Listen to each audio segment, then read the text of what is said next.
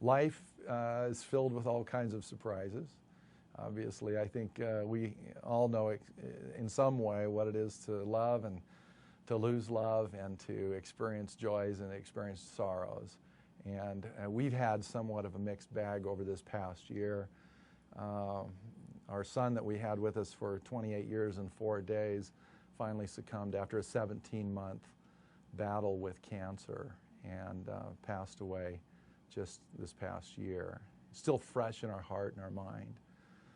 And I remember walking around the halls of the hospital as he was just in his last couple of weeks. And deeply in love with God, he was.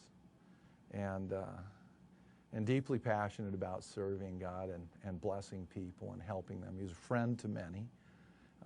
His funeral was a real blessing to us. There were several hundreds of people that gathered together. More than 600 people gathered to celebrate his life, and we were grateful for that. But he made the comment at one point in time. He said, "Dad, holiness matters." And I asked him what he meant by that. And he said, "You know, I walk around here and I see people that are in the same physical situation I am, but they're fraught with fear and worry, anxiety, their regrets from the past." He told me of the conversations that he had with people that wish they could redo their life in some way, that they had such deep regrets that they didn't know how to recover them. There were relationships that were broken or damaged in some way. Their priorities were messed up. And he said, "There's just a lot of anxiety on this floor."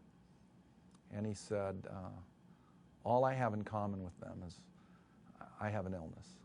And it may take my physical life from me here," but he made it very clear, abundantly clear, that what was most important in life is he had settled all those things. He had no damaged relationships. He had no broken dreams or failed expectations. Sure, he had foul-ups in his life, but they were forgiven. They were cleansed. His life was patched up and moving in the right direction. He had peace. He had purpose in his life right to the very end. And because of that, there was a rich depth of relationship that we had the privilege of sharing with him. And when I think as a bishop in a church of trying to communicate what it's all about and what's so important and what's so highly valued, that we put in all this stock into faith in God and love for God and our experience of being born again or transformed from the inside out, sometimes it takes on the ethereal or the theological or the distant, remote conversation. But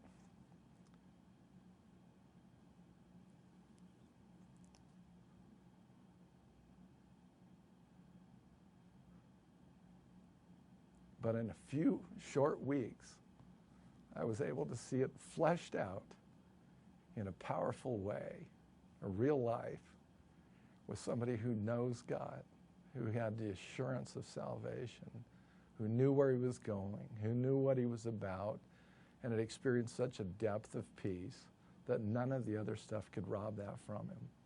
And the essence of Mitch's experience is the essence of what we preach and we teach and we live every day. And that's the cornerstone of our joy and our love and our profound faith that we can have in God.